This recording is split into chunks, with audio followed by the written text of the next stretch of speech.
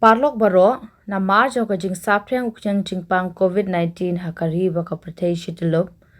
Barknang banla bante lakam ya ka jingpur baka jing ibet jong u. Ha kaniga district baka jala jongi barok way. Da ka babot priking ya ki kandan bala aida ka sorkar.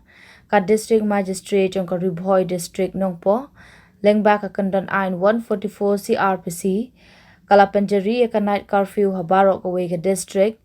Naduh menta ka shitarik ubnai bapra R1000 arpo, haduh ka nyutarik ubnai bapra R1000 arpo, naduh ka porch po buje min mit haduh san buje min step man la kasngi.